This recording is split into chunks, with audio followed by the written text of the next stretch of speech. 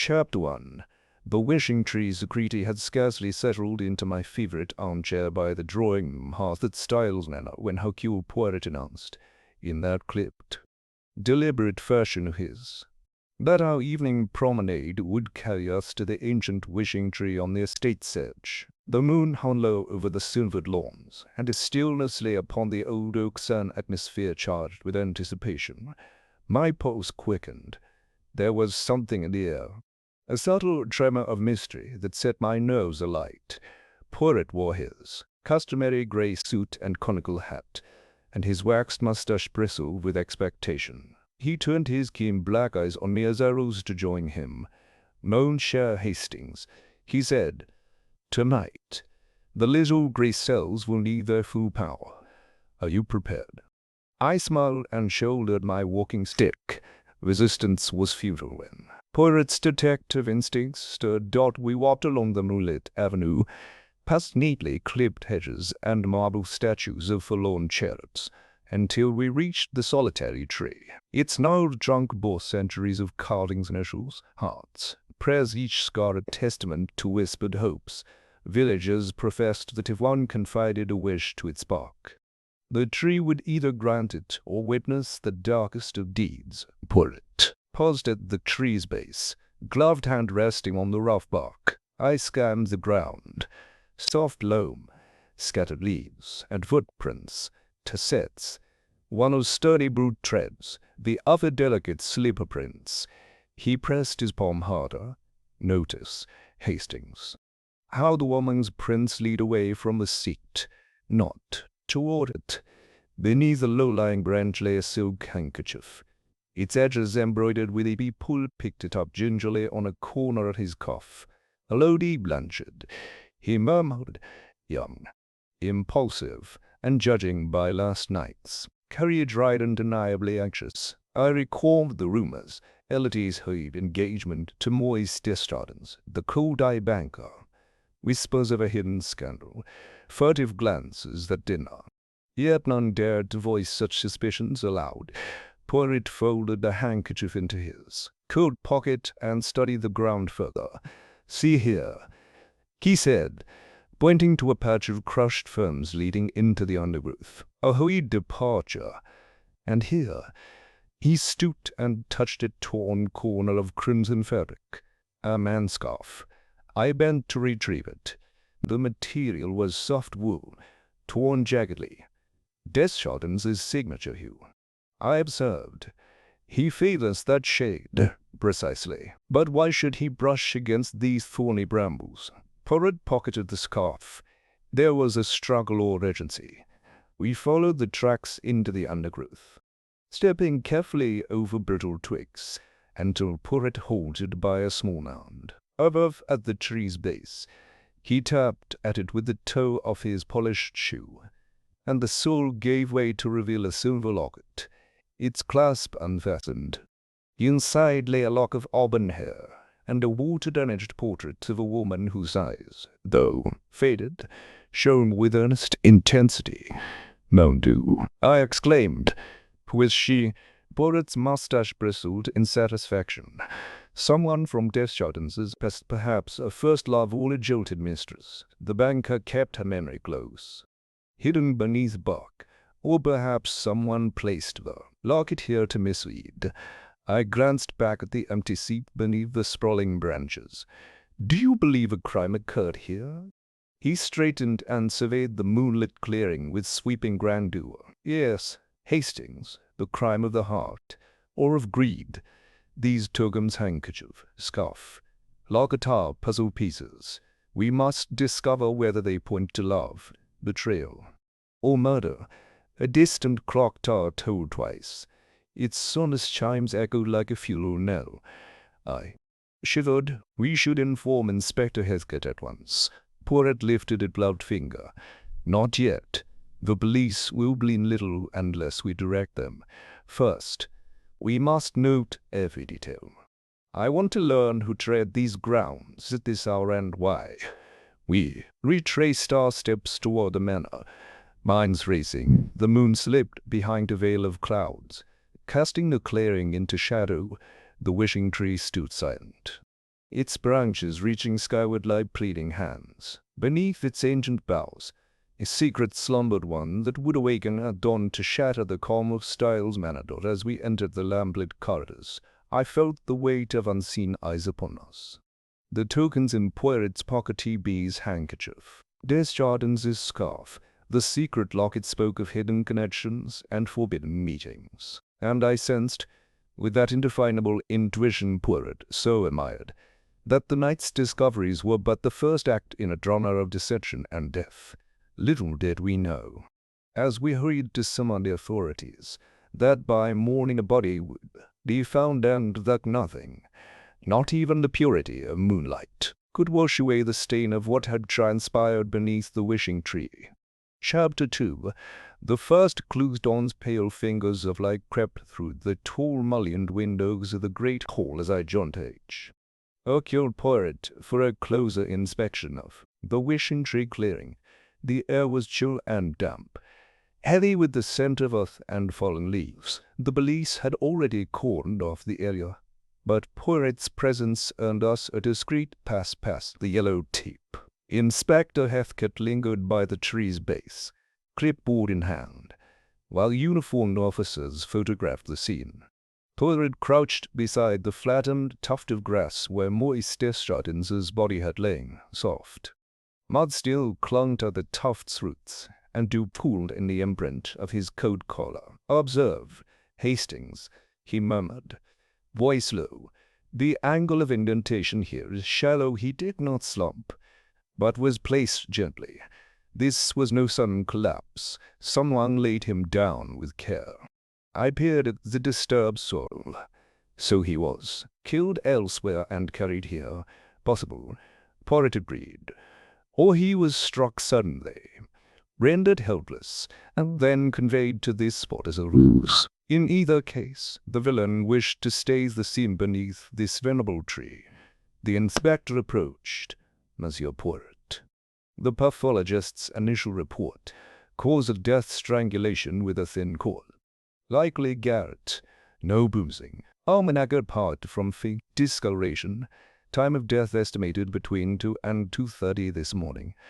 Poirot's eyes sparkled. "A cord suggests premeditation and planning. The killer came prepared, and yet the broken branch and torn scarf indicate a struggle or haste. There is a contradiction in method and execution." Inspector Heathcote nodded. "We found no cord on the scene, so the murderer moved it. I've ordered a search of personal effects, but nothing has surfaced." Poirot rose and swept his coat aside. "Let us look further afield." He led us along the narrow tram-line that ran from the tree toward the east gate. The ground was firm here, and the boots of Maurice Desjardins had left a clear tread. Beside them, the proof imprinter had inscribed delicate slipper marks of Lady Blanchard's slipper heel. I noted from its ornate shape. We followed the prints to where they vanished near a tangle of brambles. There, Poirot paused. "Notice, Hastings, these tiny fragments of glass." He pointed to glints of crystalline shards through the underbrush. I knelt, retrieving a small piece of clear glass rim. "It looked like part of the perfume bottle." "True, perfume," I said.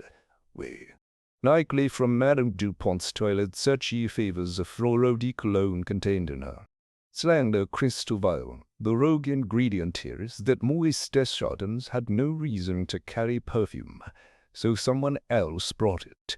Inspector Heathcote frowned.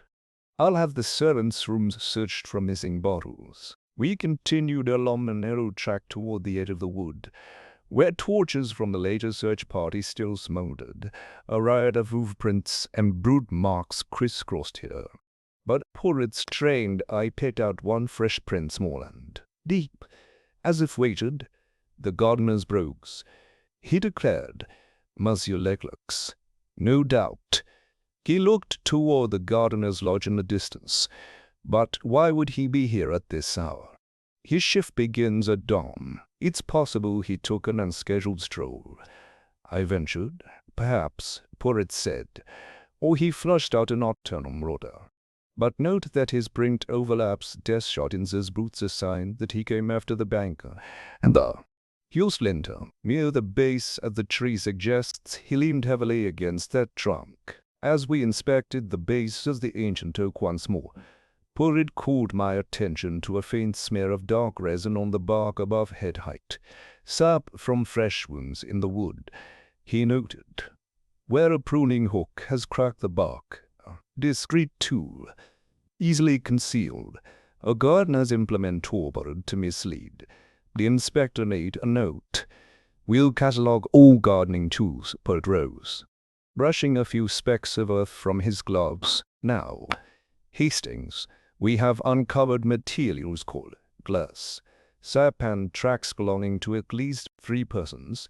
Yet the heart of the matter lies in motive. What drove our victim here at such an hour? He turned to Inspector Heathcote. Pray, show us the banker's study at Styles Manor. The study was a hushed sanctum of dark-polished wood and leather-bound volumes. Sunlight slanted through heavy drapes, casting golden bars across Maurice Desjardins' mahogany desk. Open ledgers lay atop it, entries blurred by ink smears. The green-shaded lamp still glowed faintly, as though abandoned mid-task. Poirot ran a gloved finger along the letter's margin. Here, Hastings, is the entry dated 3 days ago. E.B. £50, the payment to a Lady Blanchard. Perhaps toward her father's debts. Why would a banker give large sums to his fiancée so clandestinely? I examined the books. He was generous, or perhaps had a reason to hush up the transaction. I recall Madame Dupont's complaint that the new will left everything to a lady. Exactly, Poirot murmured, and considered this. He picked up a small parcel, wrapped in plain brown paper, and bound with twine. A gift, perhaps, meant for someone's private satisfaction. He untied it to reveal a slender gold cigarette case, monogrammed empty, the lining was crimson velvet, and 8 tiny cigarettes remained, each bearing the faint aroma of a rare tobacco. I raised him. Eyebrow, a personal gift. Perhaps, Poirot said, replacing the case. All a bribe.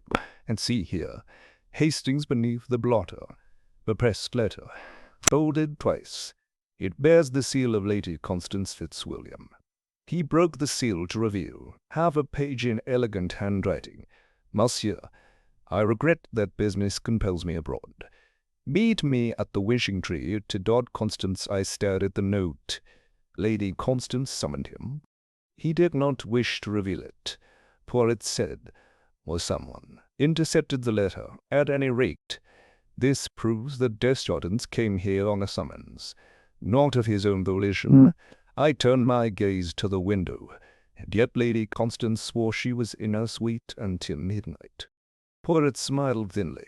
Lies, Hastings. Every suspect will like to protect their secrets. Our task is to disentangle these webs. Back at the tree, Poirot paused beneath the sap-scarred branch. He removed from his jacket the small magnifying glass and held it over the locket's hiding spot. The soil here is richer, likely dug and replaced. The culprit wished to conceal the locket until a later meeting. He tapped his chin. Ibis, handkerchief, the cord, the glass fragments, the locket, the letter clues to meetings, one by a lady, one by Constance, and then the bankers will change. The missing documents Mr. Sims spoke of. Inspector Heathcote raised his notebook. Are you suggesting a conspiracy of more than one party? Precisely, Poirot said. Murder seldom stands alone. It is often a collaborative performance, with actors playing parts and betraying each other in the wings. I shivered. But which actors are conspirators, and which merely unwitting dons? Poirot folded his arms. That, no, Normie, we shall discover in due course. For now, the clues have been gathered. We shall examine each suspect's alibi, probe their motives, and watch for fissures in their stories. In our next step, We will interview each individual one by one, testing the integrity of their words against the firmness of these first clues. As the morning mist lifted and the police began to dismantle their equipment, I sensed that the case was far from simple. Beneath the veneer of polite society, style of manners simmered black currents of greed, passion, and betrayal, and only the meticulous mind of Hercule Poirot could navigate those treacherous waters to the heart of the truth. Chapter 3. The gathering of suspects late that morning. Poirot convened an assembly in the oak-panelled drawing-room of Styles Manor. The heavy curtains were drawn to temper the glare of the sun, and the hushed air carried the faint aroma of polished wood and fresh tea. A long mahogany table stood at the center, its surface cleared of clutter save for a single sheaf of papers, the police reports, and a copy of the newly discovered will. 9 chairs surrounded it, each poised to receive one of the individuals whose lives were now inextricably bound to Maurice Desjardins' fate. One by one, the suspects entered. First, Lady Blanchard glided in, her pale blue dress whispering against the carpet. She carried herself with quiet dignity. Yet I caught the tremble in her slender shoulders as she paused by Poirot's chair. Her golden hair was pinned back, and her eyes large, luminous, flickered anxiously toward the folded will. She took her seat nearest the window, where the light caught the faintest sheen of perspiration at her brow. Behind her followed Felipe Marceau, Viscount and devoted friend. His expression measured beneath carefully trimmed mustache. His tailored morning coat was impeccable. Yet as he sat, I noticed the crease of worry between his brows. Rumor had it that Marceau's family estate teetered on the brink of bankruptcy, and Desjardins' favor toward the lady threatened to divert any chance of a financial rescue for a Philip Skindotnex. Madame Antoinette Dupont swept in, the very portrait of restrained fury. Her gown of burgundy silk was rich with embroidery, and she clutched a small lorgnette as though it were a weapon. The stern lines of her face contrasted sharply with the astonished gasp that escaped her when she glimpsed the will. Mon Dieu, she murmured, voice low but tremulous. He would leave everything to that interloper. She seated herself opposite Elodie, their mutual blur cutting the room into Mrs. Talbot. The housekeeper entered almost silently, hands folded over her starched apron. Her kind yet anxious face surveyed the group. She had served the Desjardins family faithfully for 16 years and now looked torn between loyalty to the family and him and fear of scandal. She chose the seat next to Dupont, as though seeking solidarity. Lady Constance Fitzwilliam swept in last as the ladies, her embroidered gloves tapping the arm of her chair as she sat.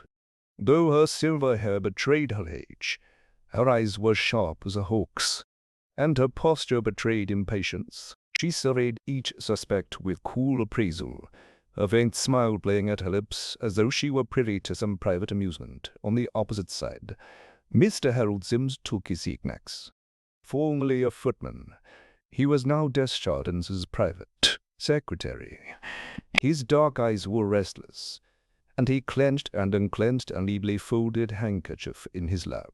Only days before, Desjardins had advanced him a considerable sum, Sims said, to settle family debts, but gossip suggested the money vanished without explanation. Dr. Owen called well-arrived next, adjusting the lapel of his grey waistcoat. As the family physician, he was the one most intimately acquainted with Desjardins' habits and ailments. He offered Poirot a courteous nod, then perched on the edge of his chair, as though ready to spring to his feet at a moment's notice. His expression was professionally calm, yet I detected a furtive glance toward the window. Perhaps he pondered a medical reason for Desjardins' presence at the tree. Monsieur Jules, the clerk, the French gardener, entered with deliberate steps, mud faintly visible on his brogues. His shoulders were broad, and his hands rough from toil, but his eyes were troubled. He chose the chair nearest the door, as though ready to flee. Rumors had swirled that Desjardins planned to dismiss him after the summer season, leaving Leclerc's livelihood at risk.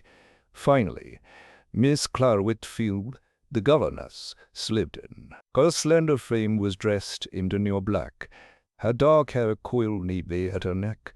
She carried a small notebook, which she tucked into her lap. Her pale face revealed nothing, but the tension in her jaw suggested she bore secrets she was loath to reveal. When all were seated, Poirot rose, tugging his cane lightly on the rug. Mesdames et messieurs, you are doubtless aware that Maurice Desjardins met his end beneath the wishing tree in the early hours.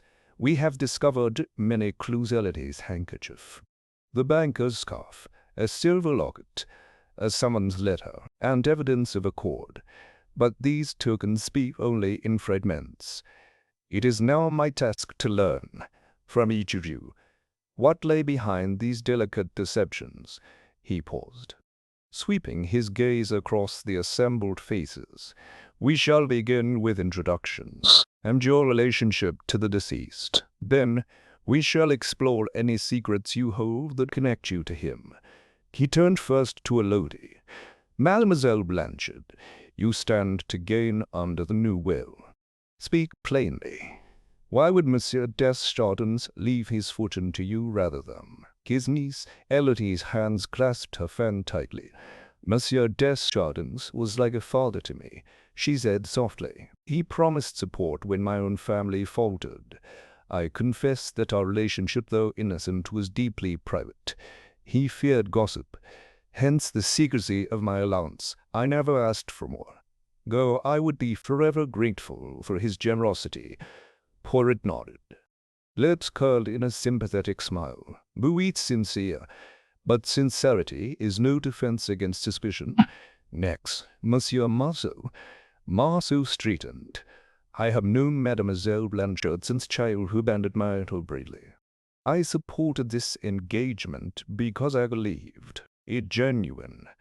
I hoped that Desjardins' backing would secure both our family futures. He glanced toward Dupont. It grieves me that others doubt her virtue.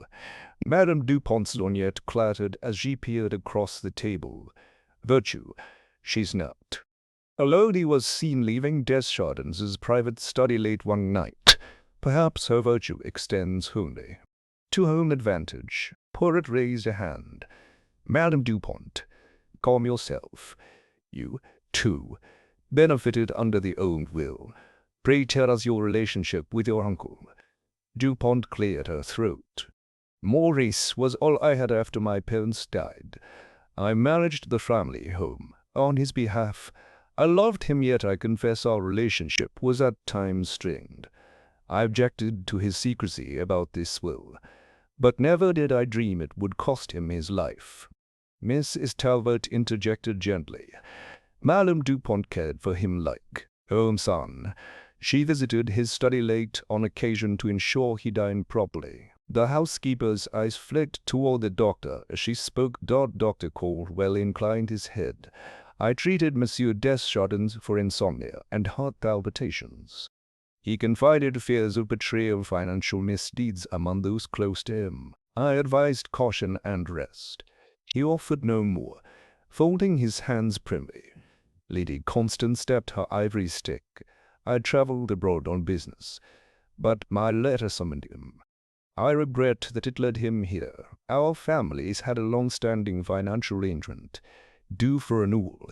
She tilted her head. Perhaps he distrusted me.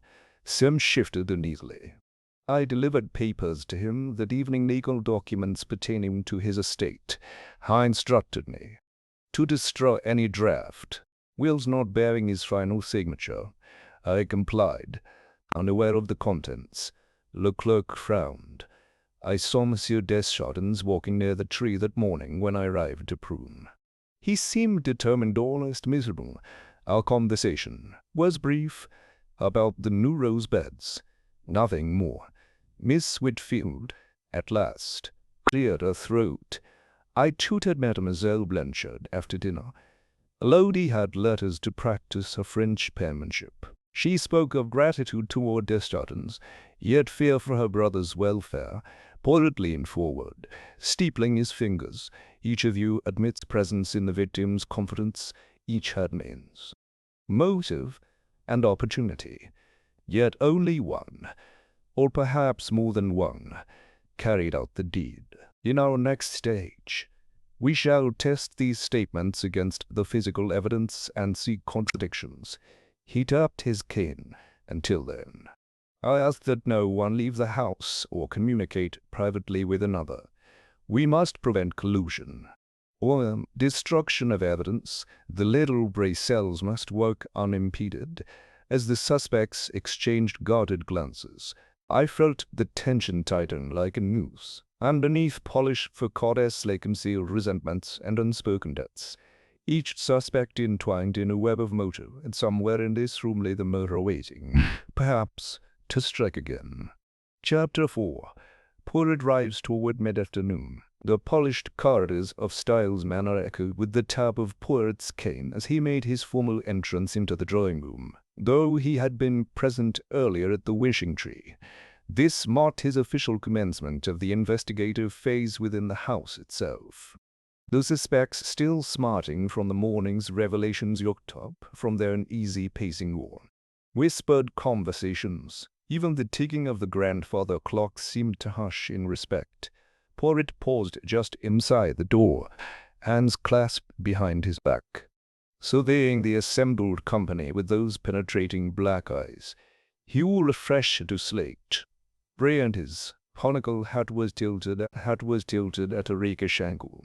His mustache was immaculately waxed into its twin crescents. For a moment, time itself appeared to hold its breath. Mesdames et messieurs, he began, his voice calm yet carrying through the room. Now that we are all gathered under one roof, I wish to share my first impressions before we delve into the particulars of your statements. The little Bracels, you see, work at their best when all elements are laid bare. He inclined his head politely to each in turn, locking eyes briefly as though reading an invisible script. He turned first to Elodie Blanchard, who sat near the window where shads of warm sunlight played across her pale blue dress. She sat, rigid, her hands folded meekly in her lap. Yet Poirot noted the tremor in her fingers when they tightened round the fan she held. "Mademoiselle," he said, "your posture bespeaks a woman determined to control every emotion. Yet your eyes dart ever so slightly to your left, where Monsieur Marceau sits. There is fear there, fear of accusation, perhaps, but also fear for what may become of you should the truth emerge." Elodie's lips parted in a startled gasp, but she remained silent. Poirot gave her a reassuring half-smile before moving his gaze to Philippe Marceau. The Viscount sat bolt upright, shoulders squared, but Poirot observed the tension in his jaw. "Monsieur Marceau, your composure is admirable, yet your right hand, poised just below the table's edge, clenches and unclenches unconsciously. You wish to project confidence. But the little Bracels see anxiety that goes beyond concern for mademoiselle's reputation. You worry for more than her. I suspect your family's future depends upon her inheritance."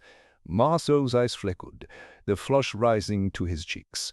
He pressed his lips together before looking away. Poirot's gaze swept to Madame Dupont, whose gaze remained fixed on the sheaf of documents before her. "Madame," he said, "you position yourself as the aggrieved heir, yet your breathing is measured, almost calculated. You speak of shock and indignation, but I sense a deeper emotion, not grief, but betrayal. You believed Monsieur Desjardins to be your ally and protector. His new revolts you not merely as a niece disinherited, but as one betrayed in love." Madame Dupont's eyes flashed. She looked up, lips trembling, but did not respond. Poirot nodded almost imperceptibly and turned toward Lady Constance Fitzwilliam. The elderly lady's eyes were steady, but Poirot noticed the slight lift of one eyebrow. Lady Constance Your tone is cool and distant, yet I detect a flicker of regret in your glance when you meet mine. You summon death gardens to the tree, under the guise of business, yet your handwriting on the latter lacked your customary firmness. You hesitated. Why? Because, perhaps, you feared what might transpire at such a clandestine meeting. Lady Constance inclined her head with dignity. Poirot allowed himself a faint twinkle of approval before shifting focus to the man. Mr. Harold Sims, the former footman turned secretary, sat with knees pressed together, hands resting atop them. Sims, Poirot addressed him gently. You are a man who knows the value of discretion. You delivered documents to Monsieur Desjardins that night, and you destroyed others. I detect in you not only loyalty, but also calculation that rewarded you handsomely. Your furtive glances betrayed gratitude, yes, but also concern for what may become of you if those documents surface. Sim swallowed audibly, his face draining of color. He looked at the floor. Poirot's attention then turned to Dr. Owen Caldwell, whose posture was erect and whose expression remained professionally neutral. Doctor, Poirot said, you have studied the human body for years, learning the signs of distress, the subtle hints of failing health. Yet tonight, your gloved left hand taps upon your thigh in a rhythm no doctor should exhibit in a crisis. You know something about Monsieur Desjardins' condition that you have withheld. You have judged his heart, yet you conceal your own heartbeats. Fear. Dr. Caldwell's mouth twitched, but he gave no reply. Poirot next examined Monsieur Jules Leclerc, the gardener, who rose to his feet upon noticing Poirot's gaze. The gardener's hands were stained with earth, knuckles white from tension. Leclerc, Poirot said softly, you are accustomed to tending life, coaxing growth from seed and root, yet here you stand, in the shadow of death's work, and your feet shift constantly. Your livelihood was uncertain under Monsieur Desjardins' favor, yet you also appear curious, as though you sought the tree under cover of darkness not only to prune, but perhaps to discover something you were not meant to see. Leclerc's brow furrowed, but he remained silent. Finally, Poirot turned to Miss Clara Whitfield, the governess, who sat poised with a small notebook still in her lap. Her expression was unbeatable. Mademoiselle Whitfield, he concluded, you observe children and coax secrets from youthful innocence, yet your notebook hides secrets of your own. You glanced toward Elodie more than once with a look I have seen only in students resent the object of their tutelage. Perhaps you were writing more than French exercises. Miss Whitfield's dark eyes widened, and she clutched the notebook to her chest. Poirot's face broke into a genial smile. You see, my friends, each of you carries a motive concealed by carefully maintained facades. But facades can crack, and it is my task to observe where the cracks lie. He stepped closer to the center of the room, cane tapping once on the carpet. I have shared my impressions so that you may contemplate your own hearts in due course. I will question each of you individually, testing your words against the reflections of your own conduct. He paused, letting his words sink in, then gave a slight bow. Until the next interview, I ask you to consider what you revealed here, consciously or not. The truth lies in what you allow the little gray cells to discover. As he turned and left the room, the suspects exchanged uneasy glances. The hush that followed was pregnant with unspoken fears. I rose and trailed behind Poirot in silence, marveling at the ease with which he had laid bare the tangled skein of motives. Outside, the sun still shone upon the manor's facade, but within its walls, shadows gathered, shadows that only the brilliance of Poirot's intellect could dispel. Chapter 5. Initial interview began late that afternoon. Poirot and I withdrew to his small, book-lined study for the first round of private interviews. The drawing room had grown oppressively tense as suspects exchanged furtive glances, each aware that their words and mannerisms might betray them.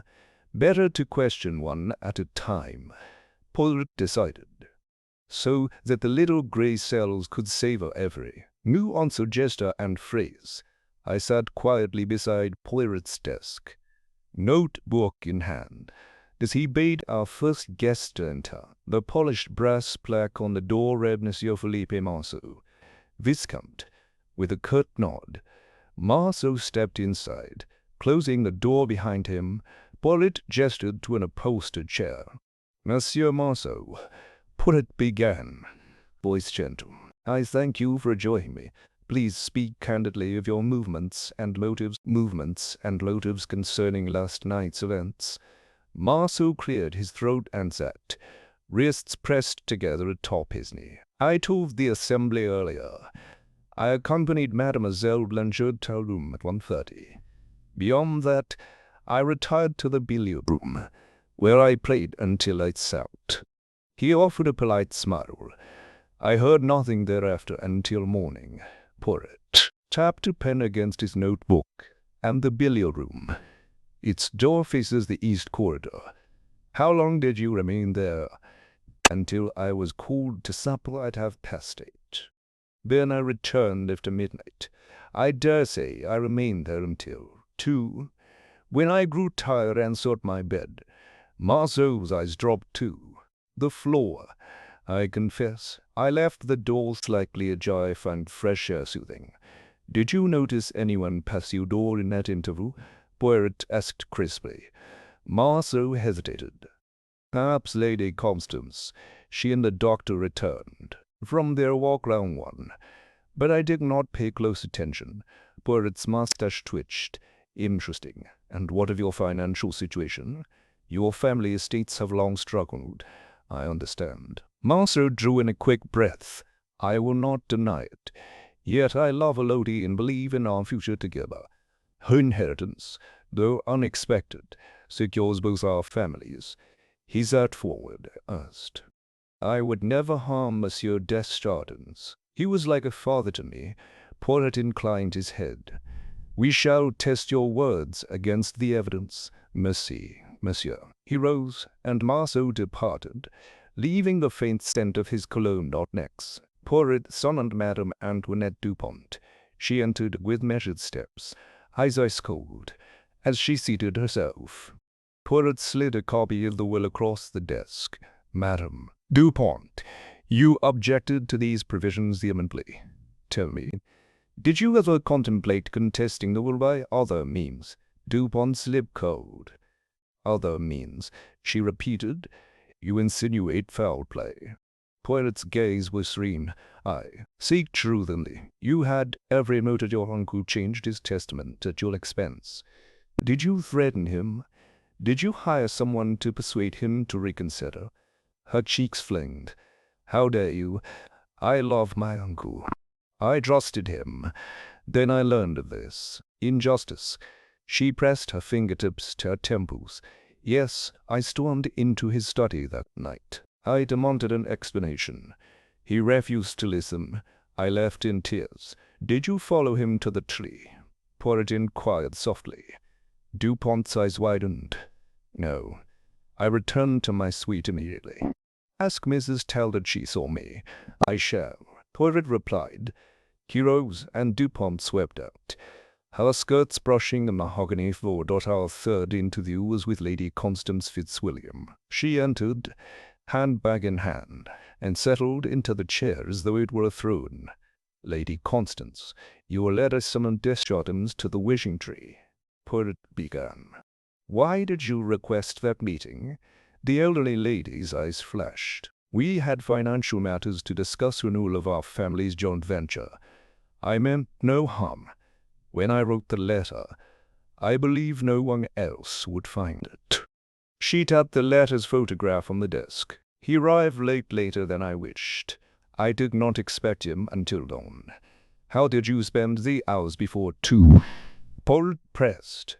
"I sat in the library, reading business correspondence. Then I retired to take tea in my suite. The footman brought it. I drank half, then felt unwell and sent for Dr. Cornwell. He turned to me. She tilted her head. You may confirm that with him. Poirot nodded. Merci, madam. She departed with a graceful curtsy. Dr. Owen Cornwell was our for subject. He entered in crisp etiquette, removing his gloves. Doctor, you treated Desjardins for heart palpitations. Did you prescribe anything that evening? Caldwell cleared his throat. I gave him a mild tincture to calm his nerves. He seemed anxious and surprising. Given his personal affairs, I departed at 11:15. Did he mention any secrets someone he feared or distrusted? The doctor frowned. He spoke of a breach in confidence. He suspected someone close to him of embezzlement. Beyond that, I know nothing, and the sounds of raised voices at midnight. Caldwell paled. I heard nothing. My rooms are distant. He rose. That is all I can offer. He bowed and left.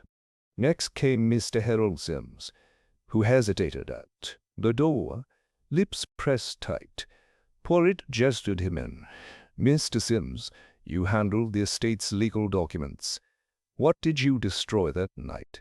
Sims's face crumpled. Draft wills, older versions that favored Madame Dupont. Desjardins insisted they were updated. He made me burn them. His voice wavered. I did as he asked.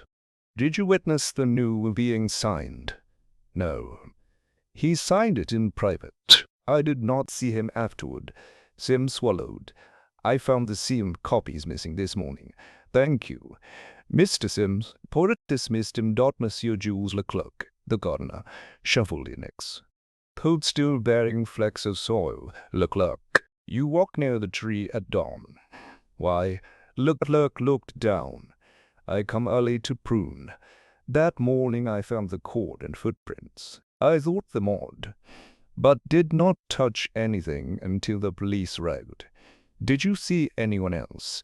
He shook his head. No, sir. Poirot studied him a moment longer. Then nodded. Our final interview was with Miss Clara Whitfield. She entered, quietly, notebook in hand, and sat demurely. Mademoiselle Whitfield, Poirot began. You tutored Mademoiselle Blanchard until 8. What did Elodie say about her uncle? Whitfield hesitated. She spoke of gratitude and anxiety. She feared that others would condemn her for accepting his support. She paused. She also mentioned a secret meeting, but did not say with whom. A meeting at the tree, Poirot said softly. Miss Whitfield nodded. Yes, she intended to meet someone. She did not reveal the name. Poirot closed his notebook. That will suffice her now. As each suspect departed, I observed their pallid faces and the slight tremors in their hands. Each interview had yielded fragments. Marceau's anxious pacing, Dupont's stormy entrance, Constance's business excuse, Caldwell's reticence, Sims's confession of burning documents, Leclerc's quiet presence, and Whitfield's withholding of names. Poirot rose and extinguished his lamp. Mon ami, he said, we now possess the bones of a framework. Each suspect has disclosed half-truths, yet none has delivered a full confession. In our next phase, we shall explore contradictions and press further. I closed my notebook, mind worrying with the intricacies of each testimony. Beneath the veneer of polite society, motives tangled like brambles, and though the initial interviews had begun to unravel the mystery, the heart of the crime remained hidden, waiting for the little brace cells to illuminate the final. Past chapter 6. The first false lead next morning broke with a brittle clarity, as though the sun itself were eager to expose every secret at Styles Manor. I joined Poirot in the great hall, where Inspector Heathcote stood beside a small table bearing an array of objects displayed like trophies. The suspects assembled behind us, their faces drawn with anticipation and, in some cases, relief. Rumors fluttered through the air. The case was nearly solved. Poirot's expression, however, remained inscrutable. He removed his cane from its hook and approached the table, where Heathcote picked up a slender glass vial. "Monsieur Poirot," the inspector announced, "we have our culprit." His voice was triumphant. "This morning, Dr. Owen Caldwell's rooms were searched, and we discovered this vial hidden in his medicine chest. It contains a powerful sleep-inducing narcotic on that.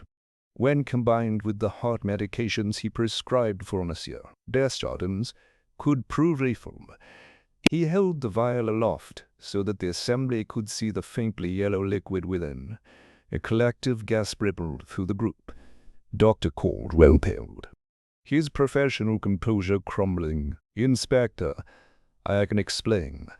Heathcote continued without pause.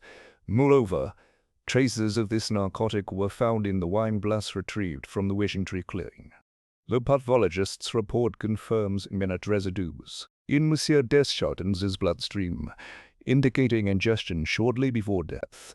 He turned to the doctor. "You provided him with the tincture, did you not? Yet you substituted this drug in its place." Caldwell swallowed. "I prescribed only a mild sedative, nothing more. I would never harm him." Poirot raised a gloved hand. "Let us consider the facts, Inspector." He regarded the vial thoughtfully. "This substance is indeed potent, and it could explain an unexpected faintness or collapse. Yet our initial examination determined the cause of death to be strangulation with a garrote. No signs of collapse induced by poisoning were present at the neck, only faint bruising and marks consistent with manual compression." Heathcote hesitated, brow furrowing. "The pathologist's full report mentions both poisoning and strangulation. The sequence is unclear. Perhaps the victim was first drugged to render him helpless, then garroted."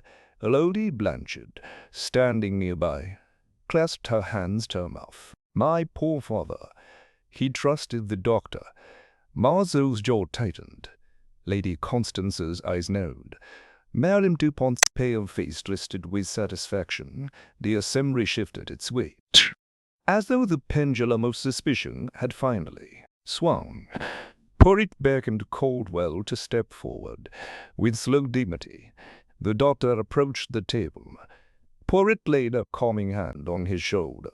"Doctor, did you administer this drug intentionally to Monsieur Desjardins?" Caldwell's voice trembled. "No. I found it among my supplies, a new sedative sample sent by a pharmaceutical firm.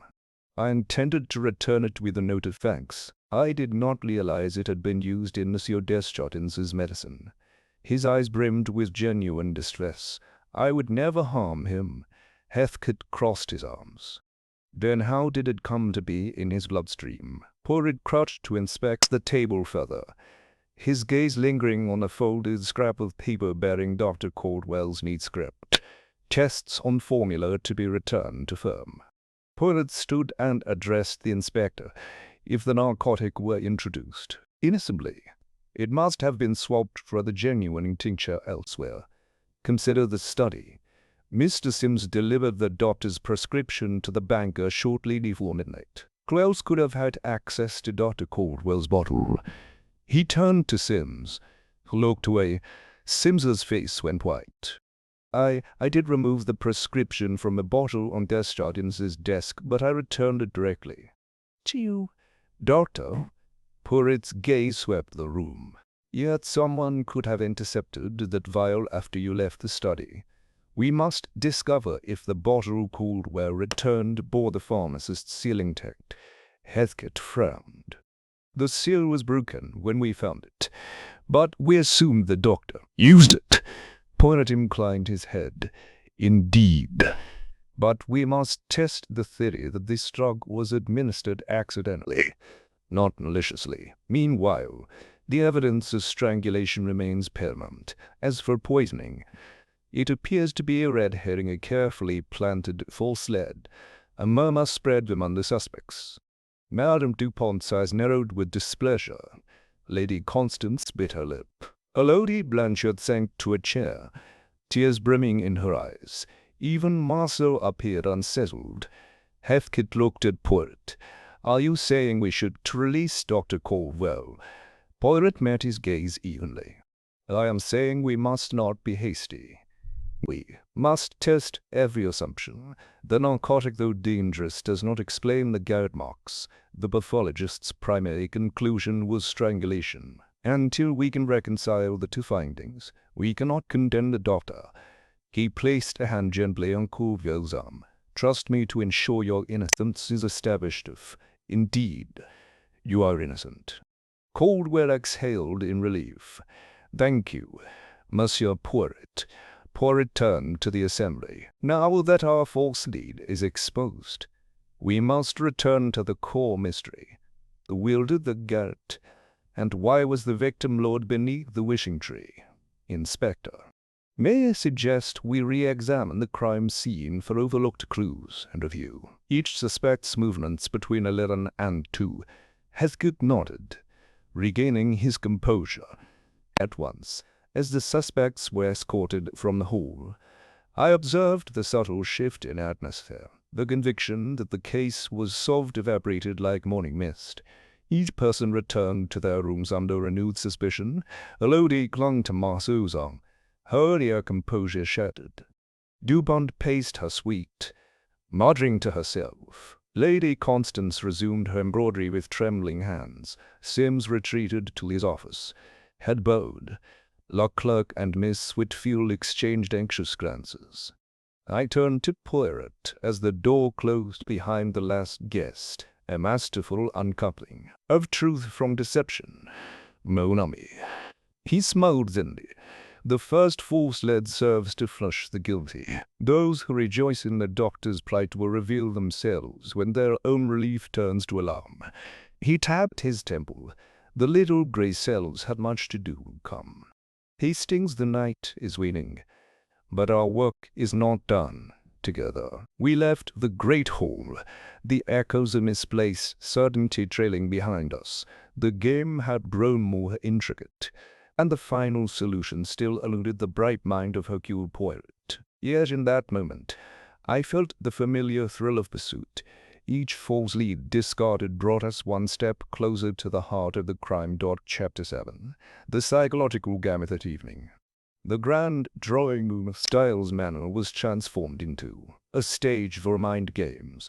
Poirot, ever the consummate host of psychological theatre, had arranged a modest gathering only for chairs encircling a small marble-topped table beneath the glow of a single lighted lamp. When I arrived, he motioned for me to stand at the back, behind the assembled suspects. "Observe, Hastings," he whispered, "how a subtler approach may crack even the most polished of Wade." He then invited Lady Constance Fitzwilliam, Monsieur Harold Sims, Elodie Blanchard, and Madame Antoinette Dupont to take their seats. The others were ostensibly engaged elsewhere. Marceau in the billiard room, Caldwell reviewing medical records, Leclerc wandering the estate grounds, and Whitfield in the library. As the four took their places, Poirot sat opposite them, the little grey cells already humming with anticipation. He began casually, "Mesdames et messieurs, let us play a humble game of memories and motives. I shall recount to you snippets of what occurred last night, and you will correct me where I err. No need for formalities. This is but a conversation among friends." He smiled, folding his hands. The effect was disarming. First, he intoned, "Mademoiselle Blanchard, you slipped from your room at precisely 1:30 to meet someone beneath the wishing tree. Your brother, Monsieur Marceau, escorted you partly, yet you arrived alone.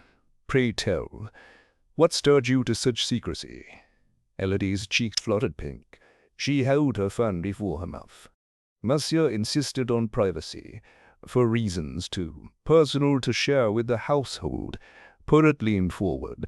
"Personal reasons are often the surest mask for duplicity. Yet I wonder if your motives were innocent. Why a silk handkerchief monogrammed with your initials but left behind?" Surely one who acts in earnest would take care not to surrender a token so revealing. Elodie's femme wavered in her grip. She swallowed, glancing at Dupont. I dropped it by accident in my haste. Madame Dupont's lip curled. Poirot allowed her a momentary scowl before addressing her. Madame Dupont, you arrived in Styles Manor only hours before your uncles were changed. You claimed indignation. Yet you possessed a motive intertwining familial affection and financial necessity. Tell me when you stormed into his study that night. What precise words passed between you? Did you beg, scold, or threaten? Dupont's fingers clenched the edge of her seat. I demanded an explanation. He refused. That is all. Is it? Poirot tapped his cane delicately. Forgive my persistence. But the housekeeper, Madame Talbot, heard raised voices round midnight, not at 1:30. There's a gap in your timeline. Where were you between 12 and 1? Dupont's face blanched. She glanced at Lady Constance, only to see that the elderly lady's gaze was fixed upon her with thinly veiled amusement. Dupont's eyes flit back to Poirot. I was in the conservatory, inspecting the azaleas. An unusual hour for horticultural pursuits, Poirot observed, inclining his head. Yet no gardener saw you there. Curious. He turned to Sims, whose dark eyes darted with growing unease. Mr. Sims, you handled your employer's most sensitive documents, draft wills, final codicils, sealed letters. You burned the old drafts in the office stove. Yet not a trace of them survives. Explain to us how one so careful could so thoroughly obliterate the very evidence that might confirm your loyalty. Sims swallowed loudly, glancing at Dupont, then at Lady Constance. I did my duty. My only concern was to follow Monsieur Desjardins' instructions. Indeed, Poirot said, voice gentle, but instructions can be given or taken away, depending on one's proximity to the dying man. You were seated beside him as he changed his will. Did you witness the signing? Sims's face twitched. His hands fumbled in his lap. No, he said at last, voice trembling. He asked for privacy. Poirot folded his hands, turning his gaze to Lady Constance, who inclined her head as though expecting this moment. Lady Fitzwilliam, you summoned the victim under the pretext of business, yet your own correspondence suggested hesitation. You wrote, bring only what you must, a phrase that speaks of caution. What was on your mind when you penned those words? Lady Constance's fine features remained composed, but her right hand tapped the armrest in a rapid staccato. I wished to renegotiate our family's partnership quietly. I did not anticipate that the meeting would end in tragedy. Yet you hesitated to reveal that you summoned him in secret. Poirot said softly, that hesitation saved you from immediate suspicion, but it cannot bury the memory of your summons. He paused, letting the silence stretch. Then he directed his attention back to Elodie. Mademoiselle, when you found the locket in the soul, why did you not claim it? It belonged once to your mother, or so you said. Yet you left it from Monsieur Desjardins' body to keep company in death. Tears glistened in Elodie's eyes. I was frightened. She whispered, I thought it might implicate me further. Sincere fear, Poirot observed, but perhaps also calculated caution. He withdrew a single glove and placed it on the table. This glove, found near the garden path, bears the imprint of the pruning hook's handle. Its size matches the gardener's hand Monsieur Leclerc's, but it is not made for pruning. Rather, it resembles those one wears to handle delicate objects. A glove such as this could conceal a garret. At this pronouncement, Dupont gasped. Sims paled. Lady Constance's tapping halted. Elodie drew a sharp breath. Sims leaned forward, voice quavering. You must be mistaken. Leclerc is a simple man. He loves the roses, Poirot allowed. A small smile. But no loves, no roses, and yet I did not place this glove here to accuse Monsieur Leclerc. I placed it here to observe your reactions. Notice how each of you shifted in your seat, save one. He let his gaze travel around the circle, landing on Dupont. Her eyes widened. Enough worked. But she said nothing. The others recovered their composure more quickly, shifting focus to one another in an unspoken pact of shared suspicion.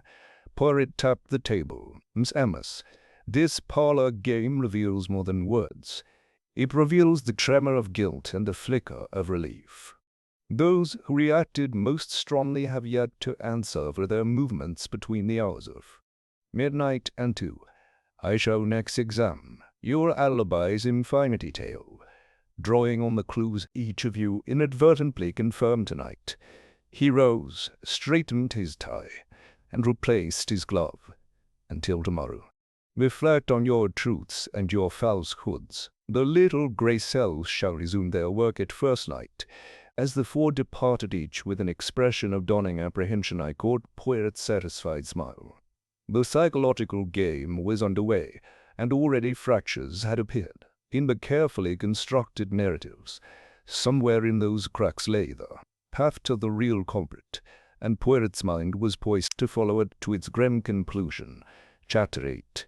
A secondary mystery. Morning light streamed into the open-air drawing-room, where Poirot had summoned the household for a demonstration of his progress. The long table was set for coffee and tea, delicate china arranged in neat rows, and the silver tray held a single document under glass, the most recent copy of Maurice Desjardins' will, exhumed from Inspector Heathcote's evidence room.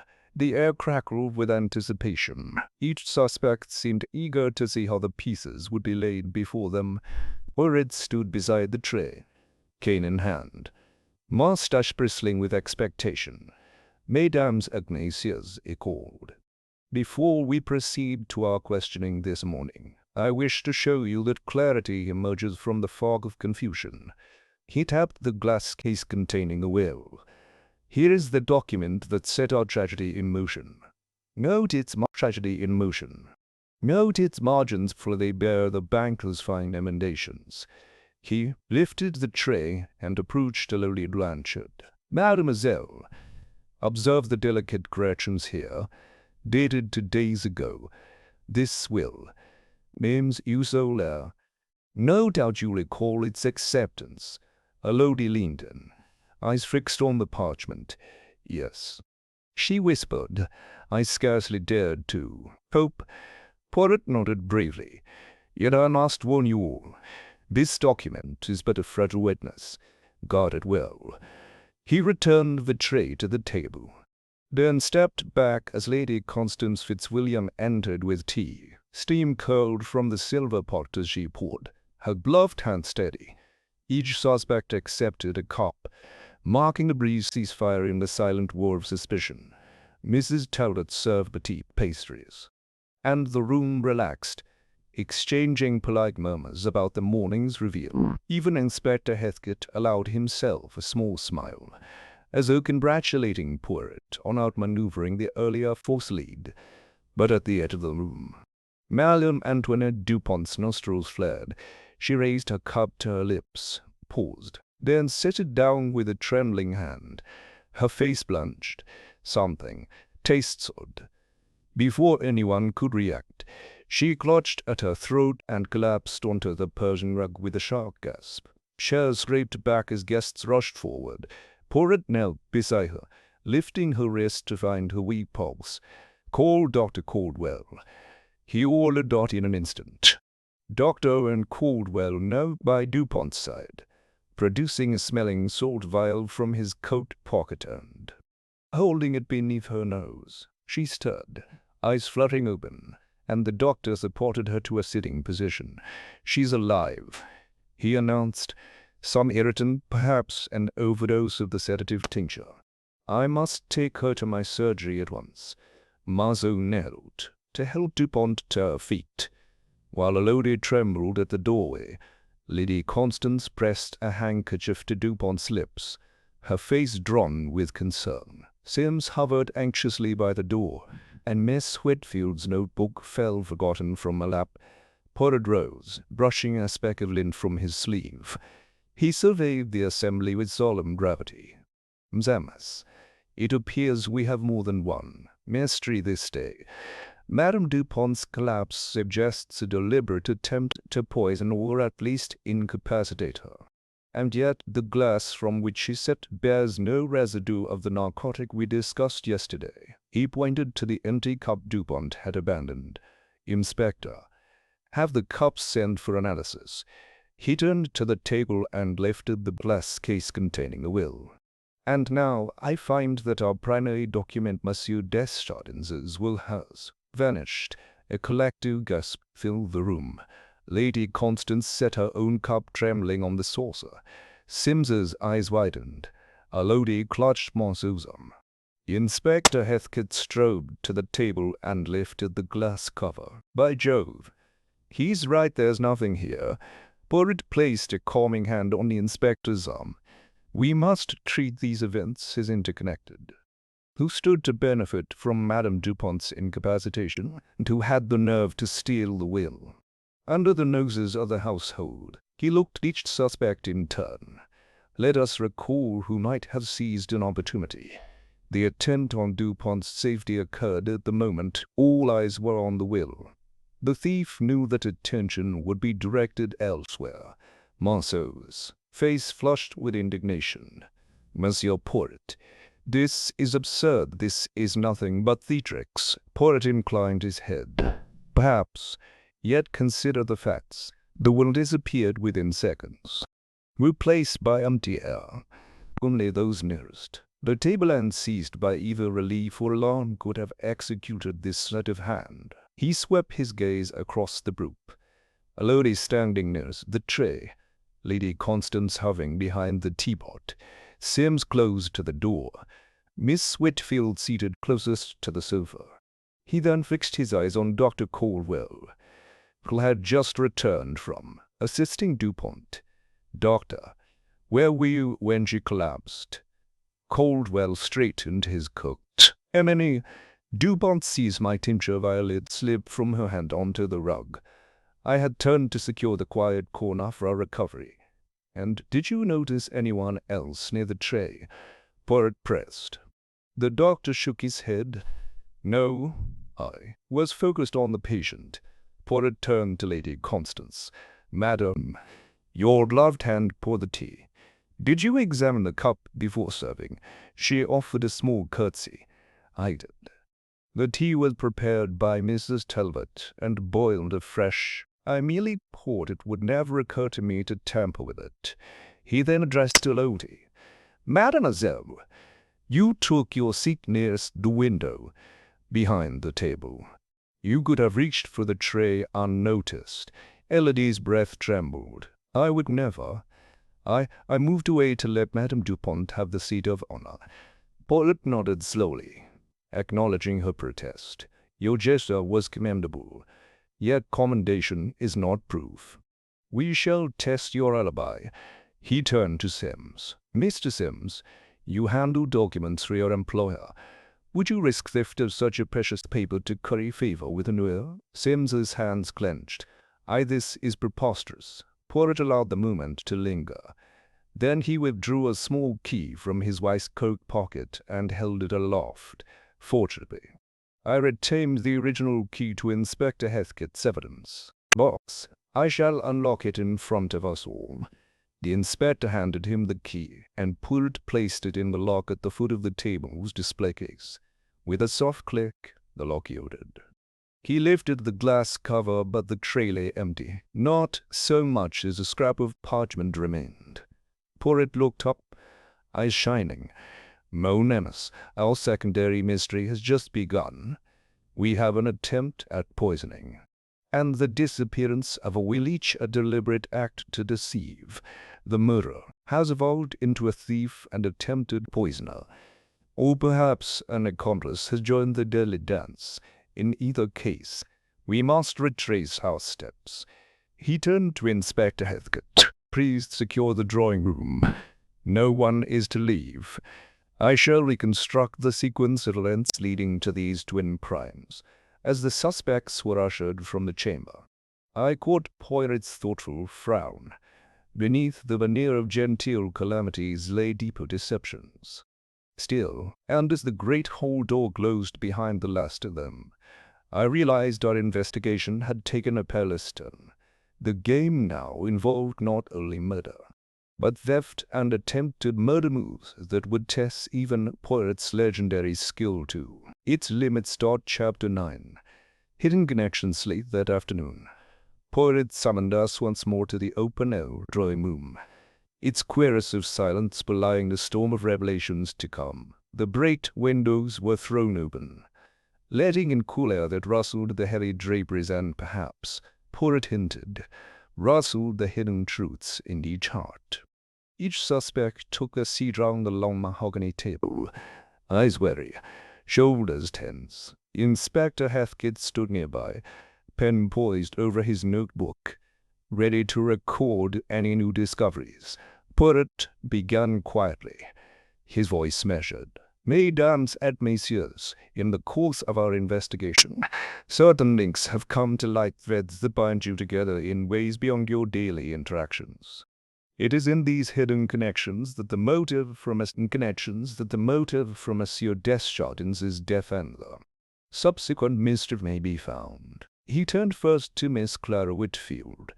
Mademoiselle, your role as governess granted you unusual access to personal letters and household secrets.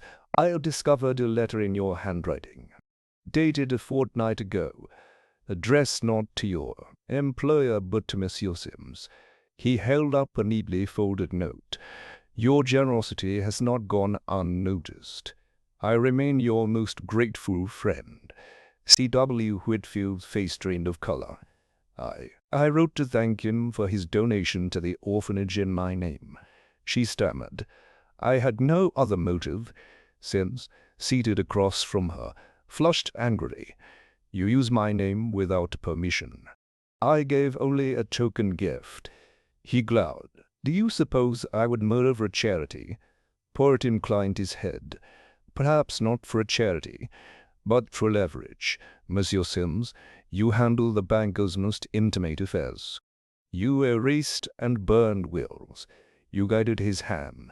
In exchange, Mademoiselle Whitfield received your largesse and perhaps your silence. He tapped the letter. Tell me, why did you send this money? And why keep the correspondence secret? Before Sims could answer, Poirot turned to Dr. Owen Caldwell. Doctor, your prescription records indicate to unexpected visits to Monsieur Desjardins' study, one on the night of his death, and another the night before. Yet you reported only the latter. I have here a receipt, signed by Monsieur Desjardins, for a private consultation at midnight the previous week. He waved a small scrap of paper. What was discussed at that hour? Caldwell's lips pressed. Then, a family matter confidential revision. He feared that Madame Dupont might contest his intentions. Poirot murmured. So you advised him on legal and perhaps emotional matters. Yet witnesses place you in the billiard room at 1:30 the night of the murder. He paused to let the contradiction sink in. Which account is true? Caldwell swallowed. Both. I left the billiard room briefly to deliver a tincture, then returned. Poirot nodded slowly. An explanation possible yet convenient.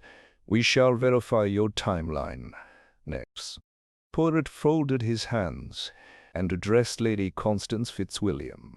Your business travels and your letter to the banker were well known. Yet I found in his papers a second letter from you, unopened, dated 3 days before his death, expressing regret at an unpaid debt.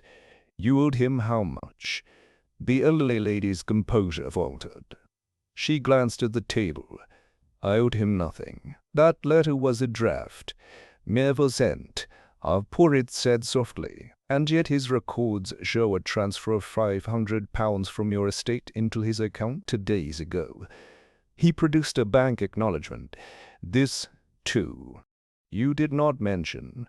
Lady Constance's hand shook as she folded her gloves. I paid my debts. Our family's partnership required it. Indeed, Poirot conceded, but such payments can be purchased with gratitude or with fear. Turning to Monsieur Jules the clerk, the gardener, Poirot picked up a small trowel from the table. This instrument was found between the study and the tree-borrowed tool.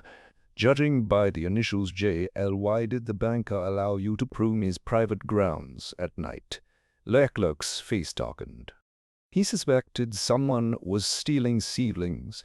I volunteered to guard the estate after hours. Yet your nightly patrols would also grant you the chance to meet anyone you chose or to hide something beneath the soil. Poirot tapped the trowel. The locket, the will fragments, the core. They could have been buried here intentionally. Leclerc's gaze dropped. I only tended the roses. Poirot's eyes glittered. Roses need tending, but prying hands need concealment. Finally, Poirot regarded Madame Antoinette Dupont and Philippe Monceau together. You to share more than a squabble over inheritance. I discovered that before their engagement, Mademoiselle Blanchard received a series of tuition payments routed through Madame Dupont, payments of £300 each. He looked at Dupont. Your niece's education was financed by the very assets you claim he stole. Dupont pressed her lips together. I believed the funds were a loan, to be repaid. Marceau scowled. I arranged those payments.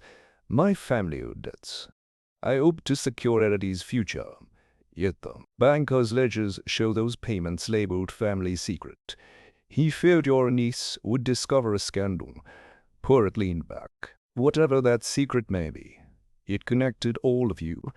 Money laundered through marriage prospects, clandestine meetings under the tree, forged letters, hidden consultations. He rose, tapping his cane. These associations, financial, personal, even romantic aluminic motives, betrayal in business, betrayal in love, betrayal of trust, and in that web, murder was born. He turned to Inspector Heathcote. We have unraveled the threads linking every suspect to the victim's deepest concerns. His will, his health, his estate, even his heart. Our next step is to isolate which of these connections led to the fatal act and which served only to mislead. As the assembly broke into hushed speculation, I saw in each pair of eyes the flicker of fear, fear of exposure, fear of justice, fear of what Poirot's next move would reveal. The hidden connections had been laid bare, and with them, the growing certainty that the killer was not an isolated figure, but the center of a tangled network of secret debts and concealed desires. And at the heart of that network lay a truth, too cunning for any ordinary mind, yet perhaps not too cunning for the little grey cells of Hercule Poirot. Chapter 10. Poirot's secret clue that evening, long after the household had retired. Poirot tapped lightly at my door. Hastings, he called in a low voice. I require your presence at the wishing tree clearing. There is a detail I overlooked in daylight, wrapped against the chill. I followed him through moonlit gardens to the spot where Maurice Desjardins had met his end. The yellow police tape lay slack, and the torn scarlet scarf and crushed handkerchief lay under blast once more. Poirot knelt in the soft earth, beckoning me closer. Mon ami, observe these footprints again. He swept aside the soil to expose two distinct tracks, one sturdy boot tread, one delicate slip heel. We assumed the boot prints belonged to the banker or his assailant. Yet this morning I noticed something odd. He retrieved a small ruler from his coat pocket and measured the depth of imprint. The right boot print is deeper by exactly 5 millimeters, a heavier weight on one side and likely worn by a balanced pair. He tapped one print. Now the left boot somewhat shallower, consistent with the worn sole. The right, however, bears a fresh. On one edge I frown. So the boots were mismatched precisely. One shoe fresh, one shoe worn. Such a discrepancy rises only when one borrows a single boot or replaces a worn sole with a new one. He glanced round, eyes alight. Monsieur Leclerc's brogues are always maintained as a matched pair. I inspected them earlier, both soles worn evenly. These prints do not match his boots. I bent to examine the grass-covered boots. I bent to examine the grass-covered scarf again. So someone planted the scarf to implicate Deschartres himself or the gardener. Poirot replaced the ruler. A crafty misdirection. But the true culprit left this clue by accident, a mismatched footprint. The murderer wore one of Leclerc's boots, swapping only one shoe to disguise his own tread. He stood brushing sole from his gloves. Who among us has access to the gardener's lodge and motive to frame an innocent man? I shivered in the moonlight. Anyone could slip in, Marceau perhaps, or Sims, or even Dupont. Yet only one would think to borrow a boot rather than the whole pair. And only one has the dexterity to conceal such a plan. Poirot returned his gaze to the clearing. But there is more. He swept aside a fallen oak leaf to reveal a single black thread caught on the locket's clasp, mounted terrifying for the gardener's coarse jacket, and to dark frailties pale gowns. I teared at the fibre, silk perhaps from a formal suit. Exactly. A luxurious silk lining, perhaps from a cocktail jacket. He pressed a gloved finger to the thread and held it to the moonlight. This fibre matches the lining of Monsieur Marceau's evening coat, the one he wore to the billiard-room. He nodded slowly. He left these prints, and this strand, unwittingly. He must have slipped away from his alibi, borrowed Leclerc's boot, and crept here in darkness, planting evidence to implicate others. I gasped. Marceau. But he loves a lady. Poirot's gaze was grave. Love can twist into jealousy. Hastings. Yet we must confirm.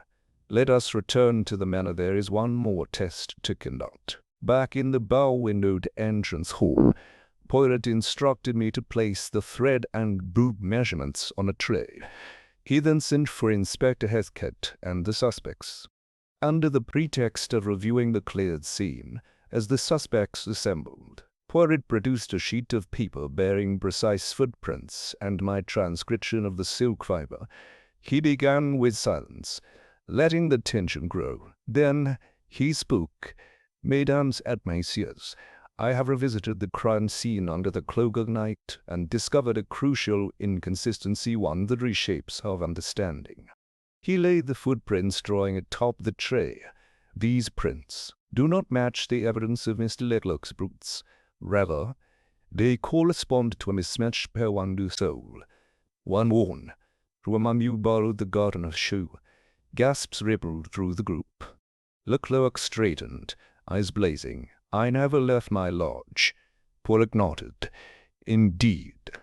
One need not enter his lodge. One needed only the soft earth near the tree. He lifted the silk thread, and this fibre black silk from a gentleman's evening coat was found on the locket clasp. Only one of you arrived in evening dress that night and left the billiard-room unobserved. All eyes turned to Philippe Marceau. He staggered back, face ashen. You accuse me. Poirot allowed the silence to press against Marceau's shoulders. Then he continued. I do not yet accuse, monsieur. I present observations.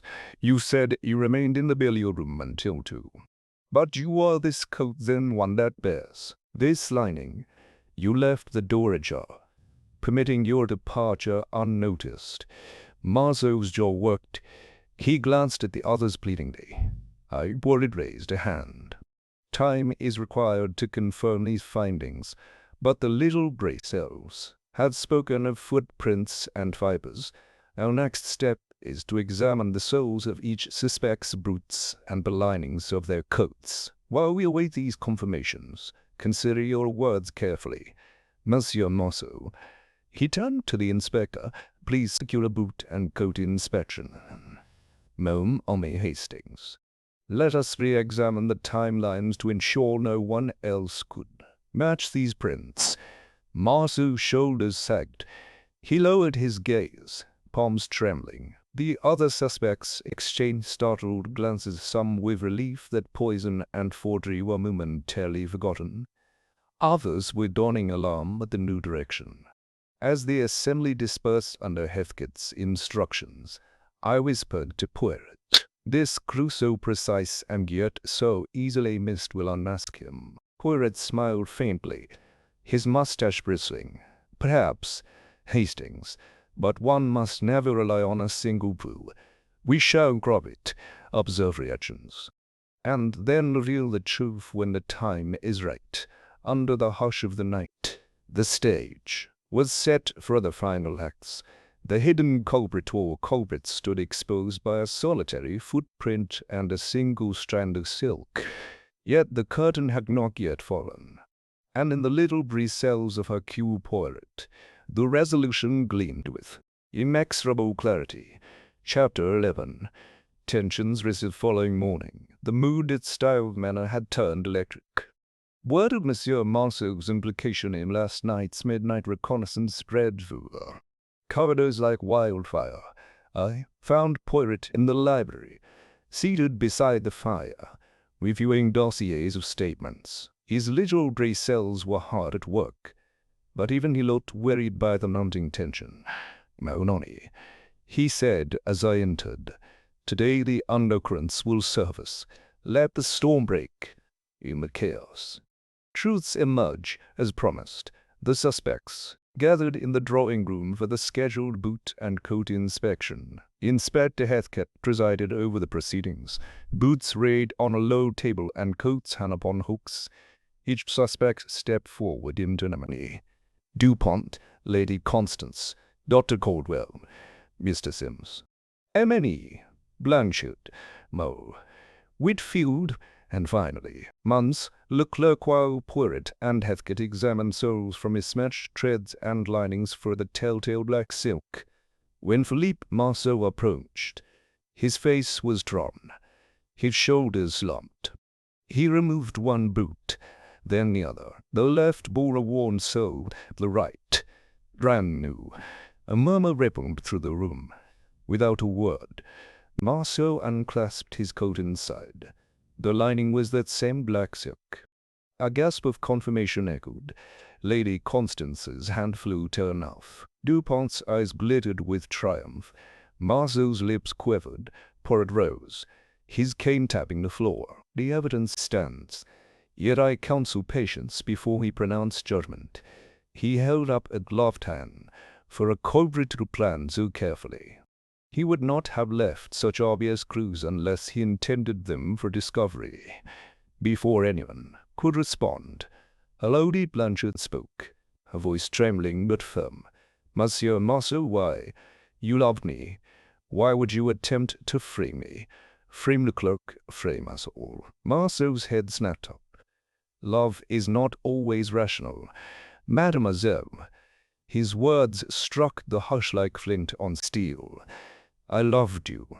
Yes, but I also feared that your inheritance would vanish into debts and foolish ventures that would ruin us both. I wanted to frighten you, to prove his betrayal, to protect you from a future I could not control." Dupont rose, her skirts rustling. "So you would kill a man you called family to manipulate a woman's emotions. You confess to malice, monsieur, yet you deny murder." Marceau shook his head. "I never meant for him to die. I wanted scandal, not death. The cord was to threaten, not to strangle. But when he resisted,